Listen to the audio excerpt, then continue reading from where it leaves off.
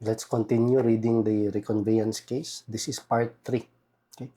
I am reading the case part by part because the decision of the Honorable Supreme Court is very lengthy, but it is worth every minute of our time to do the reading. Kaya nindot sa jud kayo mga lessons, no? Full of doctrines, well explained in this decision. Okay? Let's focus on estoppel and laches. The spouses aboites insist that estoppel and laches have already set in. They claim that they have been in open, continuous, public, peaceful, and adverse possession in the concept of owners over the property for 46 years without the spouses po acting on their deed of absolute sale. Moreover, the development of the subdivision was covered by utmost publicity, but the spouses po did not promptly question the development. In fact, they did not interpose any objection during the registration proceedings. There is laches when a party was negligent or has failed to assert a right within a reasonable time. Imurang gipabayaan nga mo padayon ang kato nga panghitabo, no? Wala ka mo assert si mo right na tama ka ni mong tiil, wa jud ka mo reklamo. Thus, giving rise to the presumption that he or she has abandoned it, no? Murabag as if acceptable ra siguro ni niya, wa ra siya supak, nadawat ra niya. Laches has set in when it is already inequitable or unfair to allow the party to assert the right. The elements of laches were enumerated in another decision of the Honorable Supreme Court. There is laches when the conduct of the defendant or one under whom he claims gave rise to the situation complained of. Second, there was delay in asserting a right after knowledge of the defendant's conduct and after an opportunity to sue. Defendant had no knowledge, third element, or notice that the complainant would assert his right. Fourth element, there is injury or prejudice to the defendant in the event relief is accorded to the complainant. Laches is different from prescription. So, muna itong timanan, no? Prescription deals with delay itself and thus is an issue of how much time has passed. The time period when prescription is deemed to have set in is fixed by law. Laches, on the other hand, concerns itself with the effect of delay and not the period of time that has lapsed. It asks the question whether the delay has changed the condition of the property or the relation of the parties such that it is no longer equitable to insist on the original right. In another case decided by the Honorable Supreme Court, cited in this decision, the appellee is correct in its contention that the defense of laches applies independently of prescription. Laches is different from the statute of limitations. Prescription is concerned with the fact of delay, whereas laches is concerned with the effect of delay. Prescription is a matter of time. Laches is principally a question of inequity, of permitting a claim to be enforced. This inequity being founded on some change in the condition of the property or the relation of the parties. Prescription is statutory. Laches is not. No. Laches applies in equity, whereas prescription applies at law. Prescription is based on a fixed time. Laches is not. The defense of laches is based on equity. It is not based on the title of the party invoking it, but on the right holder's long inaction of inexcusable neglect to assert his claim. The court rules that the spouses po is not barred by laches. There is no showing that they abandoned their right to the property. The factual findings reveal that the spouses po had their rights over the property registered in the assessor's office. They testified that they introduced improvements by cultivating fruit trees after they purchased the lots. When the spouses po discovered that Siriaco executed a quitclaim renouncing his interest over lot number 7 in favor of Roberto, the spouses po executed a MOA, a Memorandum of Agreement, with Siriaco to protect their interest in lot number 5. The spouses po also had the property declared for taxation purposes in their names, and tax declaration was subsequently issued pursuant to that effort. No? Thus, when the spouses aboitiz also had the property declared for taxation purposes, it had the annotation. This tax declaration is also declared in the name of spouses po under a separate tax declaration number or a different tax declaration number, so that one may be considered a duplicate to the other. So meaning, they asserted their right, maybe not in before a court, no? Kaya usahay mangod kalas mangod ding magkiha, but they took steps to protect their rights outside of court. The spouses aboitiz only acquired their alleged rights over the property when they purchased it, when the Mariano heirs executed the deeds of sale in their favor. No? There were multiple deeds executed. Assuming the spouses aboitiz immediately took possession and began construction, it cannot be said that the spouses po were in delay in asserting their right. In the spouses po's complaint, they asserted that they made demands upon the spouses aboitiz to reconvey to them the property. They also refer the matter to the barangay for conciliation. That demands were made upon the defendants to reconvey to plaintiffs lot number 5 unlawfully and feloniously acquired by defendants, but to no avail, thereby compelling the plaintiffs to elevate the matter for barangay conciliation, and for failure of the parties to effect a settlement, the proper certification to file action was then issued, a copy of which is here to attach as Annex L. So mani ang portion sa ilahang complaint na bakita dito nga prior to this point, no? Prior to everything else, spouses po took steps to protect their rights. In their answer with counterclaim, the spouses aboitiz did not deny that demands were made upon them and that the matter was elevated for barangay conciliation. Atong tanawon ilang allegation. Paragraph 11 is denied as regards the allegation that lot number 5 was feloniously and unlawfully acquired by defendants. Kaning lot numbering akong giisgot this dili ni dang real parcellary number. Lot number 5 was feloniously and unlawfully acquired by defendants for being false. The truth is that defendants were in good faith in acquiring the same property. Defendants refused to meet the demands of settlement by plaintiffs because they are strangers to the property in question. When they discovered that the property was registered in the name of the spouses aboitiz, the spouses po then filed the instant complaint to recover the property sold to them by Seriaco, alleging that it was done without their knowledge through evident bad faith and fraud. The spouses po filed this case in less than 3 years from the time of registration. Based on these circumstances, the elements of laches are clearly lacking in this case. There was no delay in asserting their right over the property, and the spouses aboitiz had knowledge that the spouses po would assert their right. Thus, it cannot be said that they are barred by laches. The spouses aboitiz insist that there is already a finding. Part 4 na niya, lahi na po nga issue.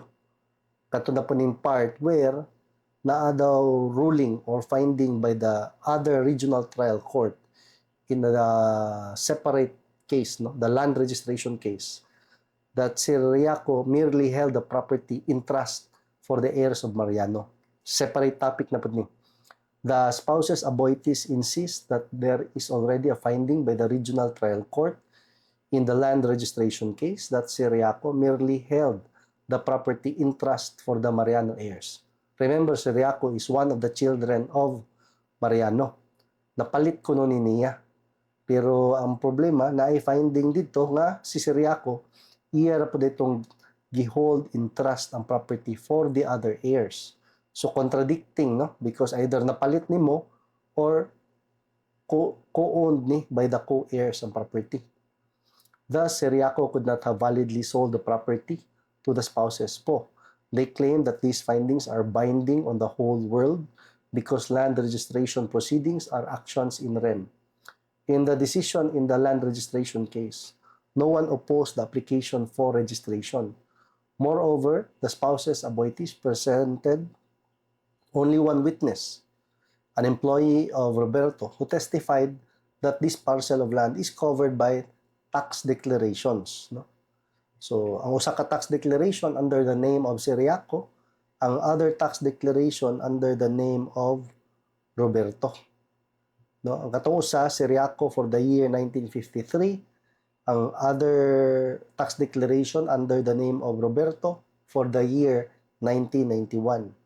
That the tax declarations covering lot number 5 are in the same or are in the name of Seriaco because the heirs of Mariano have agreed that lot number 5 be held in trust by Seriaco in favor of the heirs. This court rules that this cannot be binding in this action for reconveyance. Kani siya may critical, no? Because ang position sa nila ni Aboitiz was binding daw to sa whole world ang land registration case. So, dapat kadto siya nga finding sa regional trial court in that land registration case that Seriaco was holding the property in trust for the heirs of Mariano should be the same, should be respected in this case, no? In this reconveyance case. So, this court rules, according to the Honorable Supreme Court, that this ruling or that this finding cannot be binding in this action for reconveyance. Atong tanawon sa explanation. Res judicata embraces two concepts. First, bar by prior judgment. Second, conclusiveness of judgment, respectively covered under Rule 39, Section 47 of the Rules of Court, paragraphs B and C. Section 47, effect of judgments or final orders. The effect of a judgment or final order rendered by a court of the Philippines having jurisdiction to pronounce the judgment or final order may be as follows. Letter B. In other cases, the judgment or final order is, with respect to the matter directly adjudged or as to any other matter that could have been raised in relation thereto, conclusive between the parties and their successors in interest by title subsequent to the commencement of the action or special proceeding, litigating for the same thing and under the same title and in the same capacity. And C, in any other litigation between the same parties or their successors in interest that only is deemed to have been adjudged in a former judgment or final order, which appears upon its face to have been so adjudged, or which has or which was actually unnecessarily included therein or necessary thereto. Res judicata in the concept of bar by prior judgment. Okay, duha man daw ni ka concept, no? Ang usa bar by prior judgment, ang usa is conclusiveness of judgment. Okay?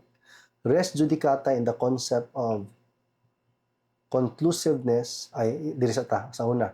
Res judicata in the concept of bar by prior judgment proscribes the filing of another action based on the same claim, demand, or cause of action.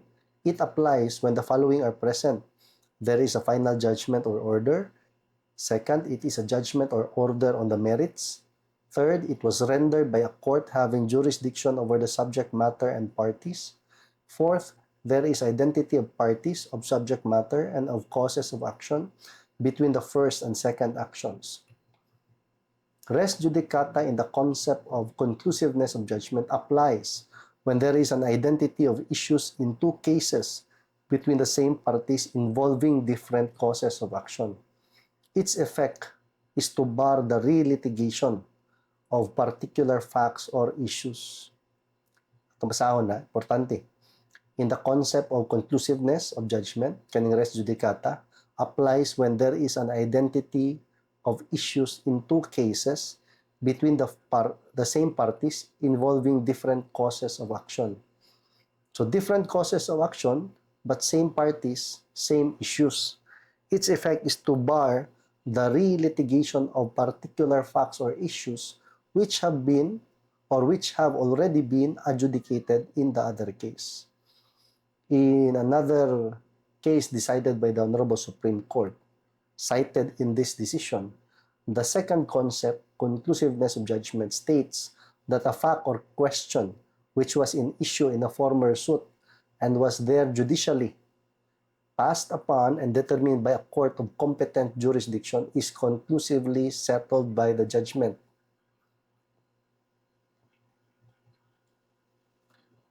Conclusively settled by the judgment therein as far as the properties to that action and persons in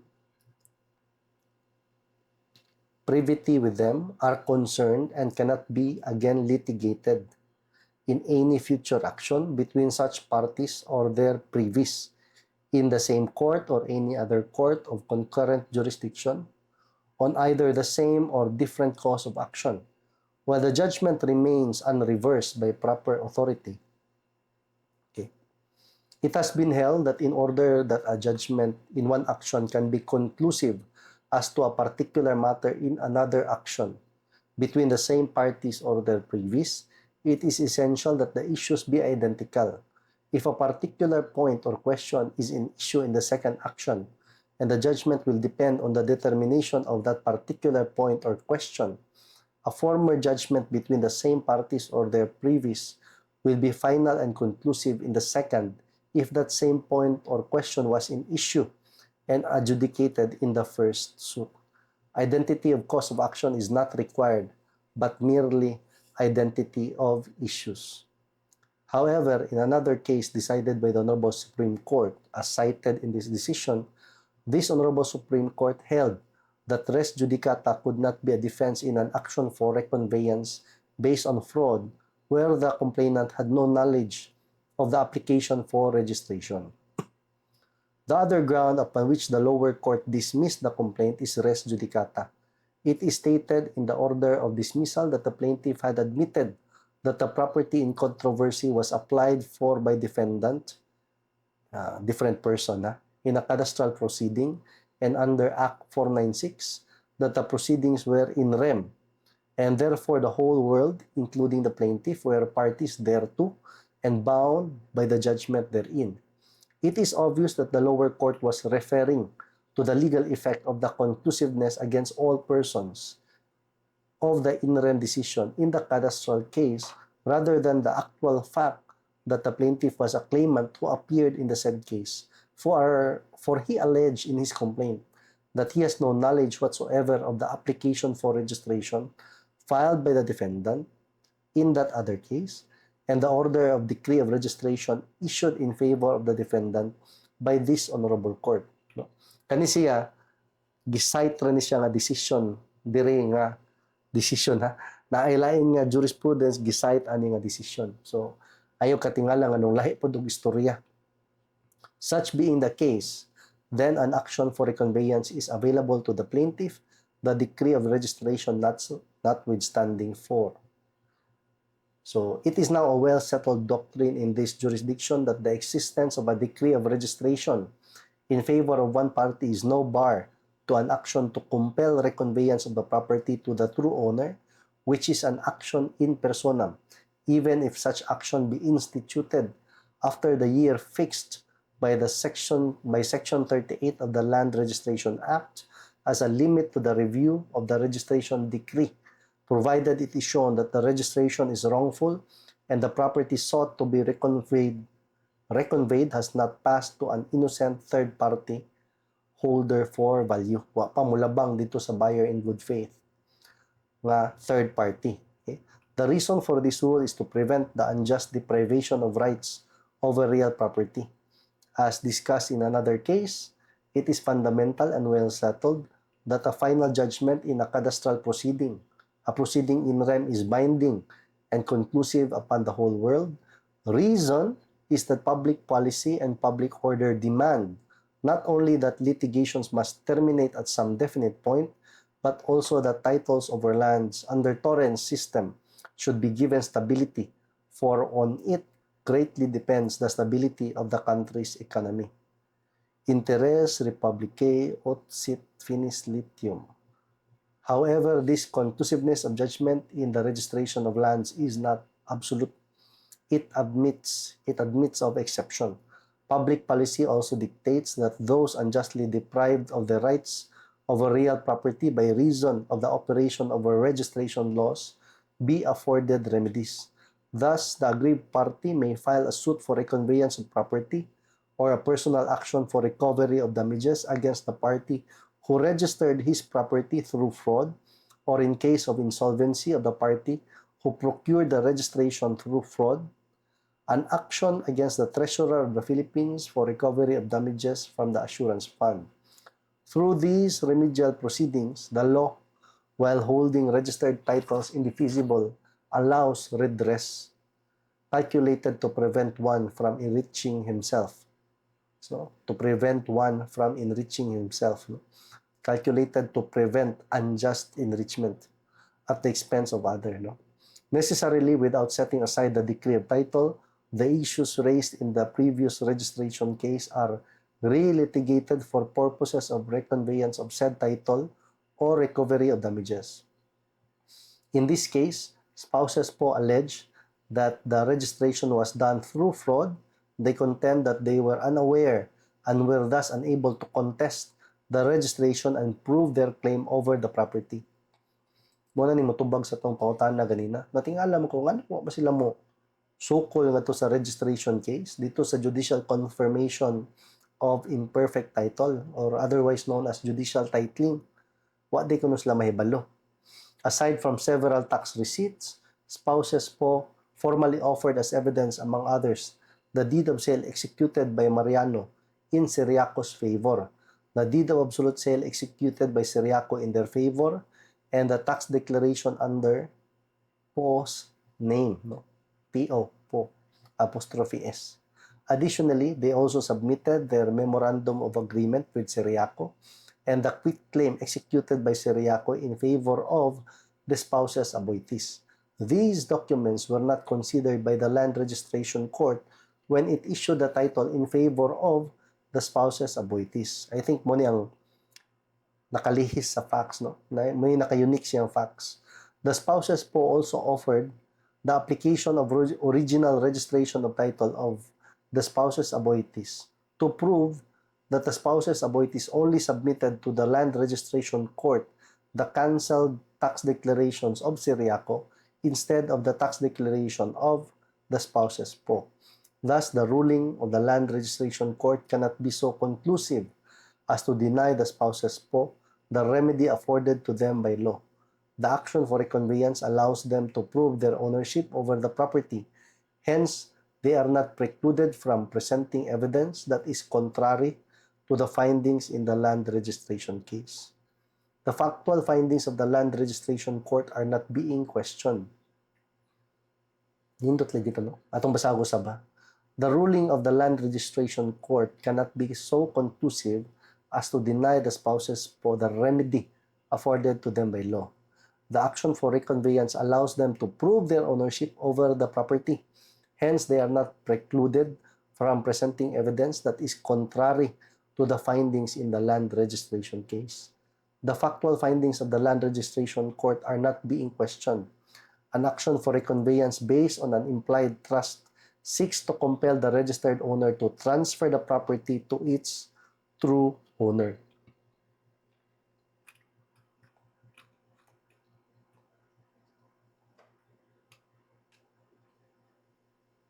In another case, taas-taas jud, an action for reconveyance is a recognized remedy. An action in personam, it is an action in personam, available to a person whose property has been wrongfully registered under the torrent system in another's name. In an action for reconveyance, the decree is not sought to be set aside. It does not seek to set aside the decree, but respecting it as incontrovertible and no longer open to review, but merely seeks to transfer or reconvey the land from the registered owner to the rightful owner. Reconveyance is always available as long as the property has not passed to an innocent third person for value. Akan na. nindot kayo. No? This is a very important principle. Musa niya akong gipangita. I mean, mo yung idea, pero lahi ito ma-confirm sa Supreme Court decision. Anyway, almost midnight. Tiwaso na po nato ni Ugma. Ha? So, I'll see you some other time. Thank you.